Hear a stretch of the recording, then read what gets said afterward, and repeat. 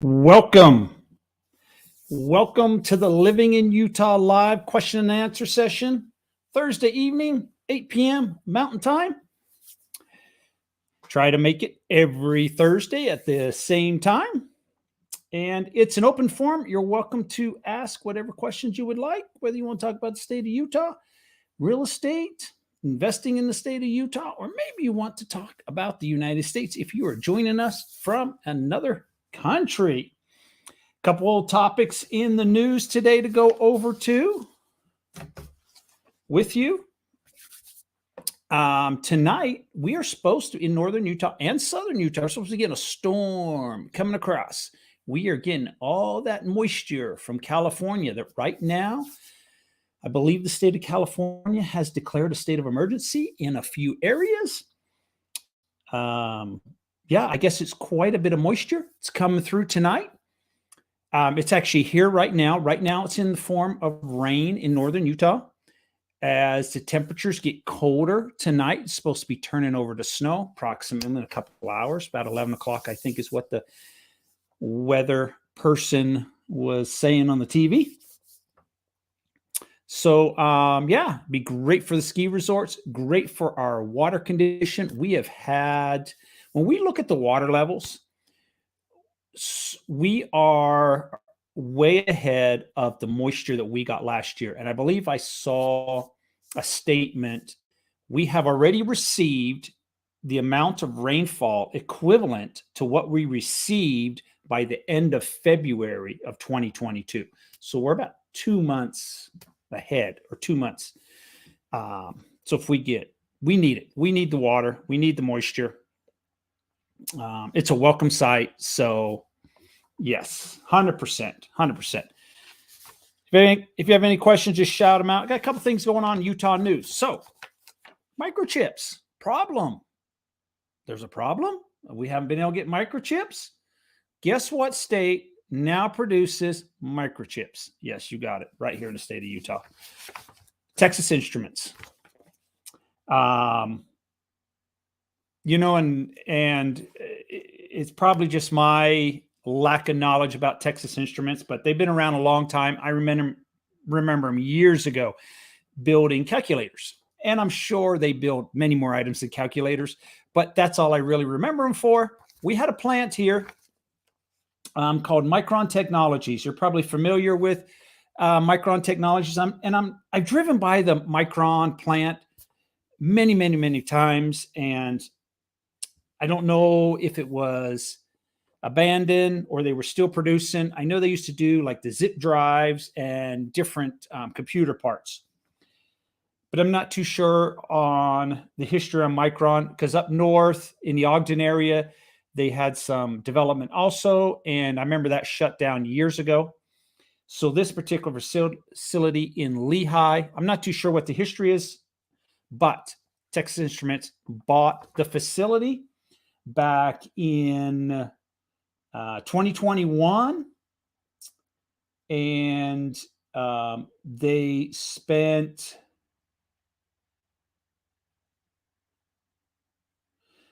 that I think they've already spent like $1.5 billion, but they plan on investing $3 to $4 billion for this particular facility. And there's a lot of land around this facility. So my guess would be that they plan on expand the facility, but they've gone in, they've changed the plant to all the requirements to build microchips. I guess it's a very clean facility. You have to have that for the microchips.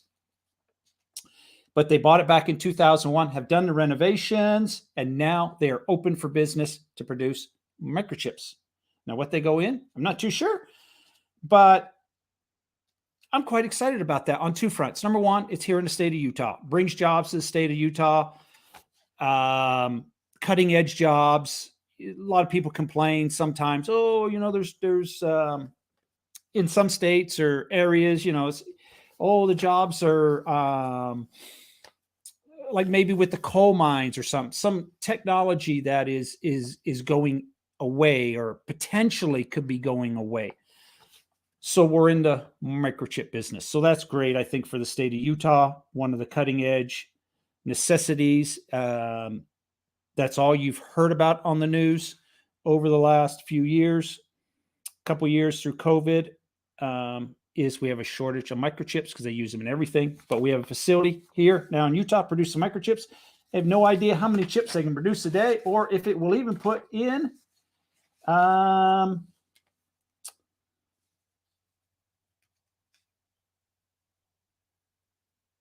Okay, so the facility here, I thought it was rather large. It looks very, very large. It's 700-acre site. So there is plenty of room to grow.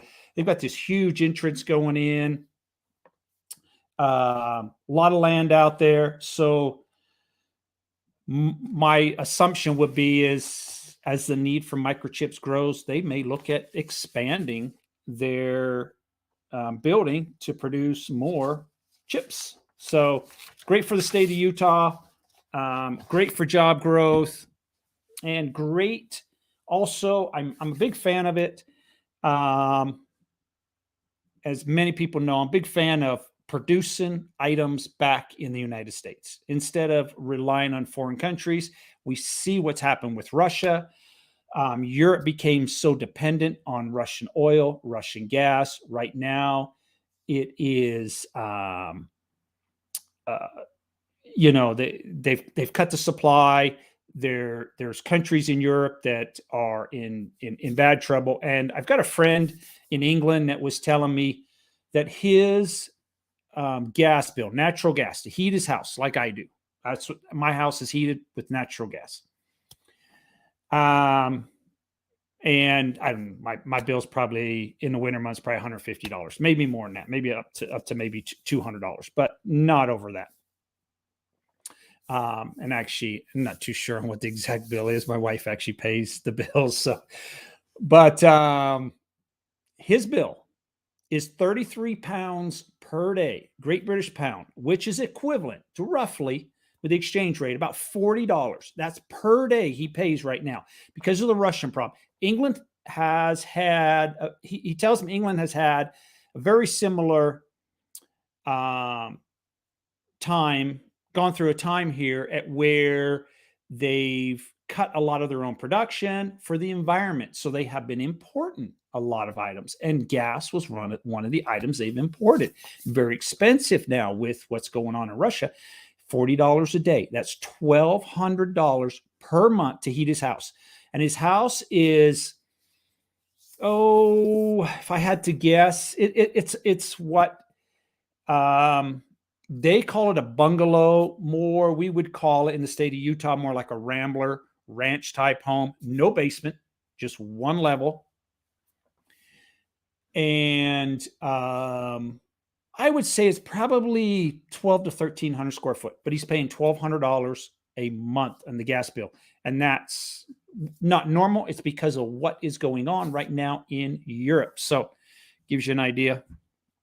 I guess I kind of got off tangent on that there, but it's a shock. It would be a shock for me to pay $1,200 a month in a gas bill for the winter months. So he actually was telling me they are going to be cutting their heat from time to time to try to save on their bill.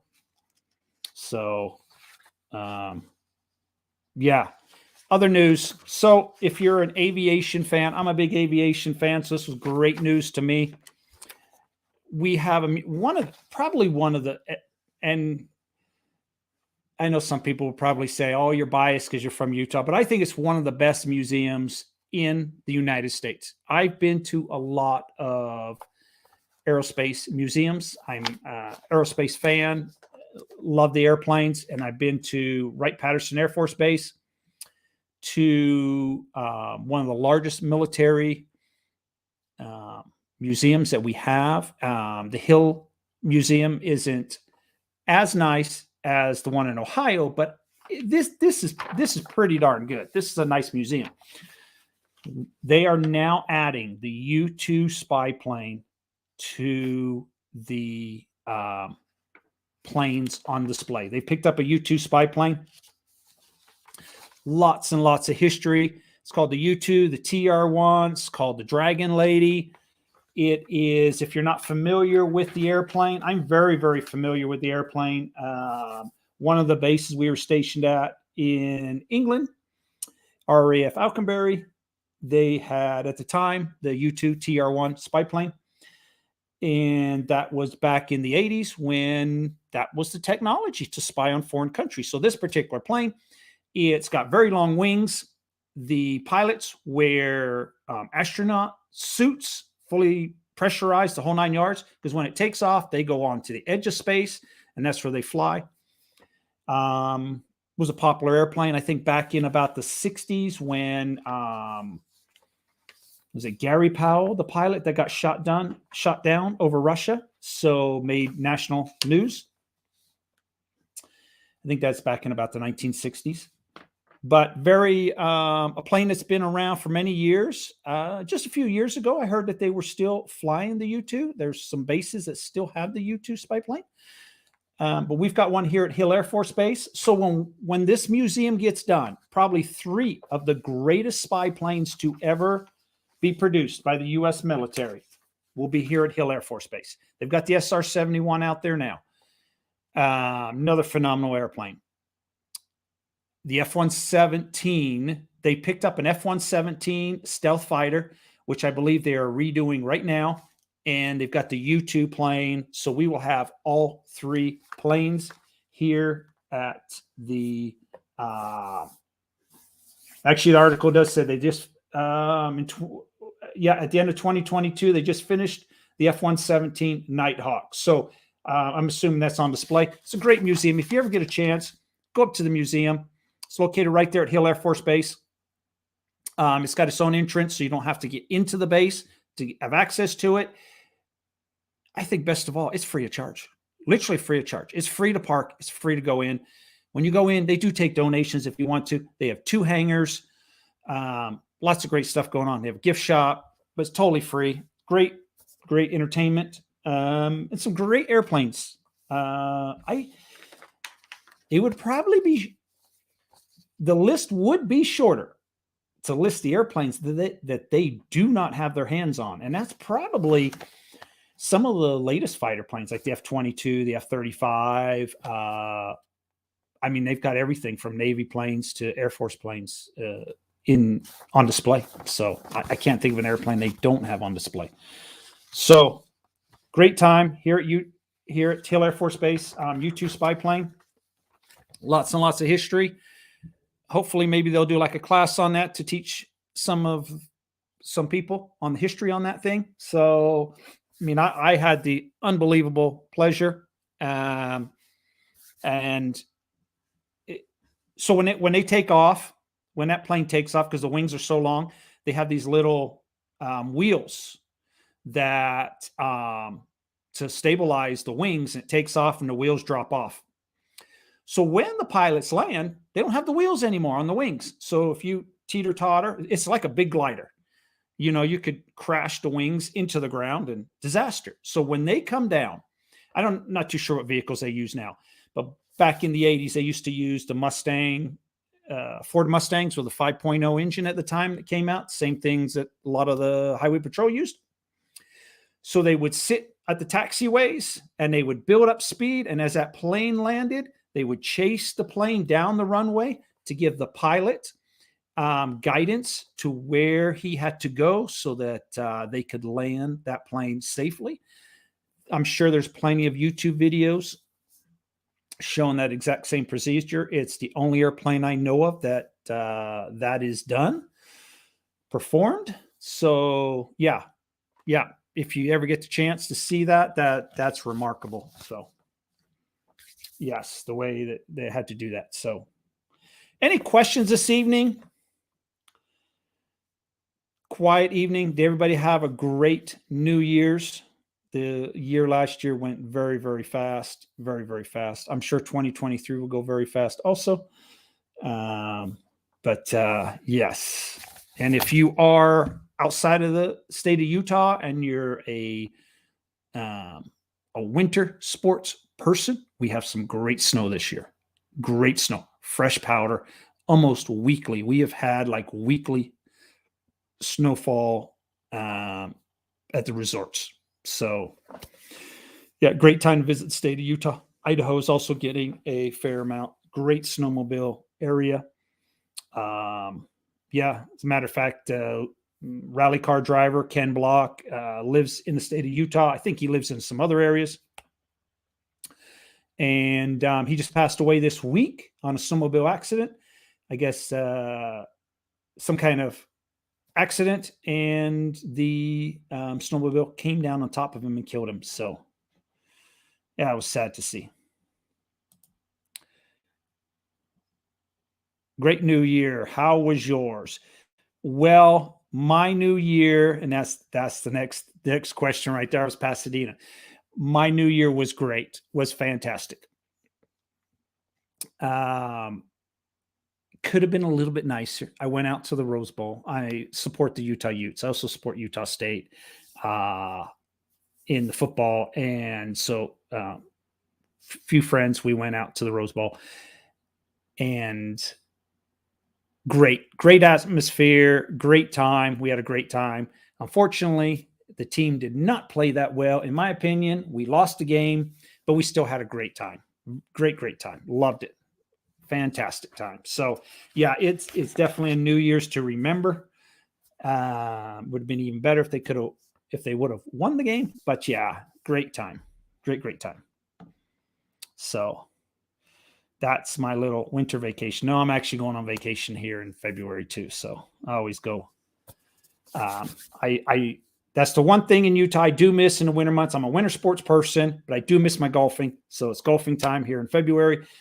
It takes some time to go golfing. So I'm about to fly in to check it out before moving there. Is it safe to drive? I heard a lot of snow. 100% safe to drive. Our roads are all dry right now. So no ice buildup, no packed roads. I mean, you see concrete or blacktop, whatever road you're on. We are having a storm come in right now. The snowplow drivers do a fantastic job of getting it cleared. If you arrive in the middle of the storm, that's a little different. Yeah, it'll be a little different because you will have to navigate that. But for the most part, our snowfall numbers, when we talk along the Wasatch Front, so basically if you take I-15 north or south, anywhere near I-15, we probably on average on a snowfall only get 2 to 3 inches, 4 inches. You go up the mountain, the closer you go to the mountain and up the mountain, the snow levels do increase.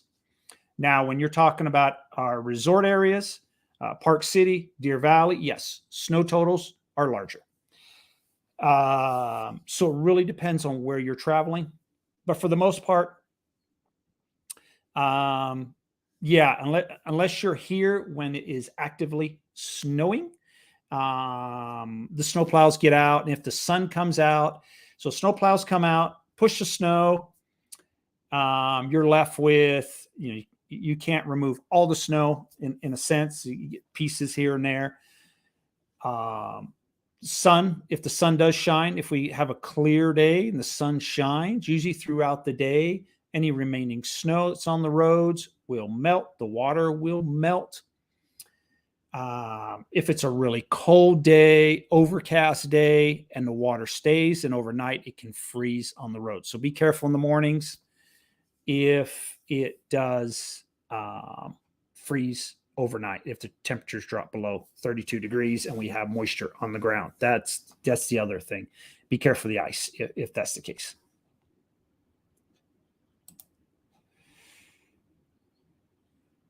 Is this a typical year snow-wise, and will it make a dent in the drought conditions? Typical year, I would say no. We probably have more moisture. I mean, I've seen years where we have had way more moisture than this. But over the last, say, 5 or 6 years, so far, our moisture level is very, very good. It definitely will put a dent in the drought. And that's, it's depends what part of the state you're talking about. So northern Utah, I mean, our snowpack level and our water level will probably, I would imagine by the end of it, will probably be close to 100%, 88%, 90. Southern half of the state has been way different. They have been like 20% of normal, 30%, 40%, severely lacking. But there has been a lot of moisture coming through southern Utah. So it'll be interesting to see what happens this year. And I'm no weather expert, that's for sure. But what I have noticed over the years, as far as southern Utah goes, weather storms typically come from two directions or three directions. On the rare occasion, I've seen weather storms come up from the south, come up through Mexico, but predominantly we get it down through Alaska and Canada into Utah or across the United States or across from California, across Nevada into Utah. I noticed when the storms seem to come from California across, southern half of the state will receive an ample amount of rainfall. When it comes from the north, a lot of times, sometimes it doesn't come down quite far enough to cover southern Utah, or it comes down and curves and goes over towards, hits northern Utah, and the weather front doesn't drop down far enough to get southern Utah, basically. That's the pattern that I see.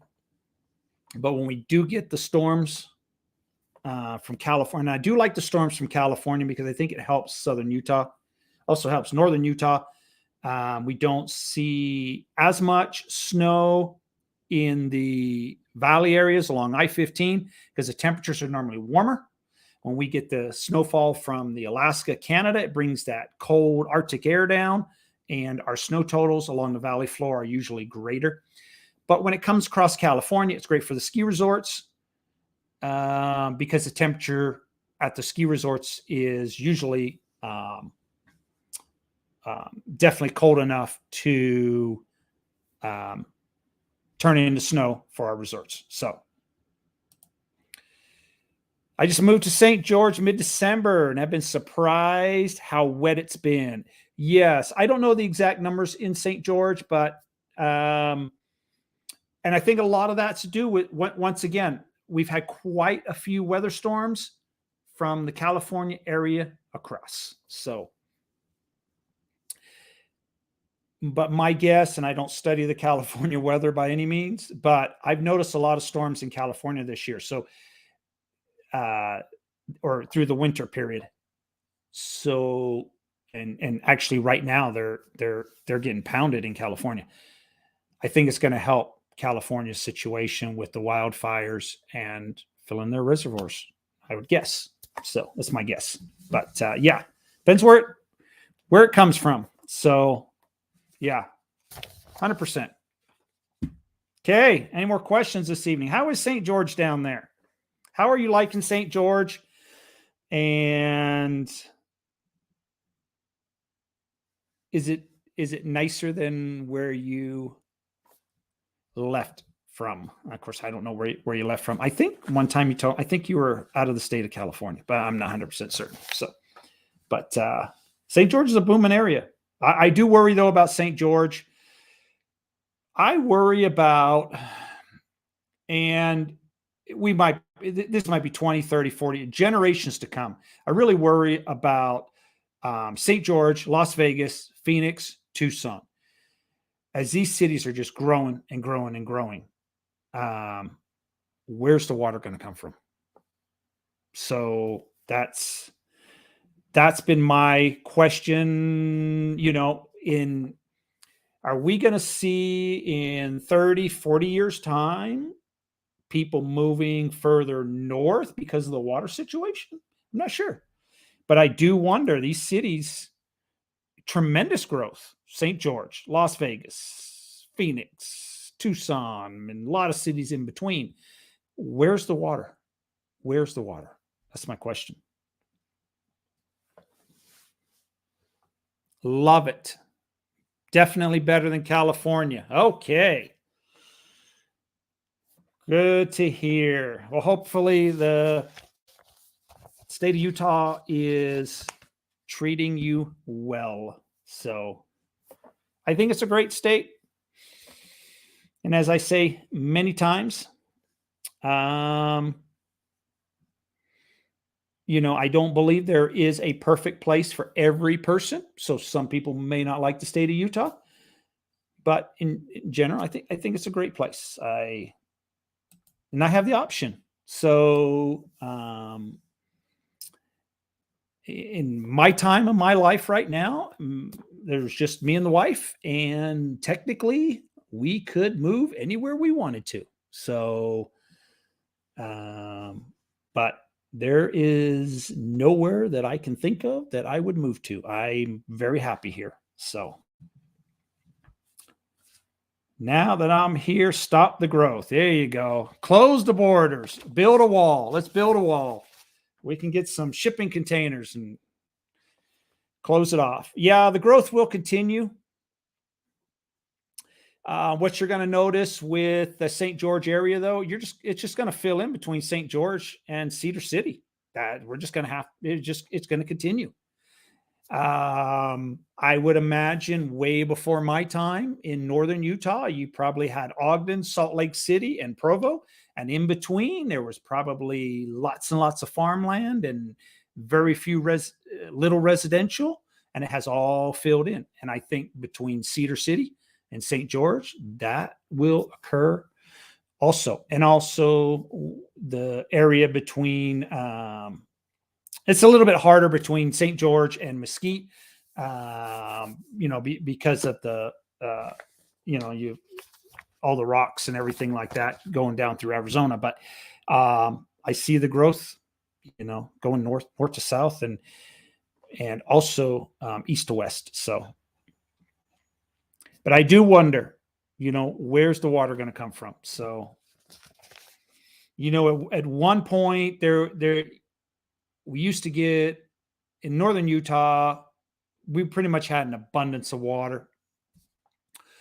And we've had the growth problems here too. So the more people that have come to northern Utah use more water. So now we don't really have that abundance of water. And a lot of water was shared with southern Utah, but at some point, and there's rumors that with Lake Powell down there in southern Utah, that there's some people saying we should close Lake Powell right now. If not, in years to come, it will close because it will have no water. So, interested to see what happens. Any more questions this evening before I call it a night? I appreciate everybody who joined us. And thank you for your time, and hope everybody has a great weekend. Take care. Stay safe.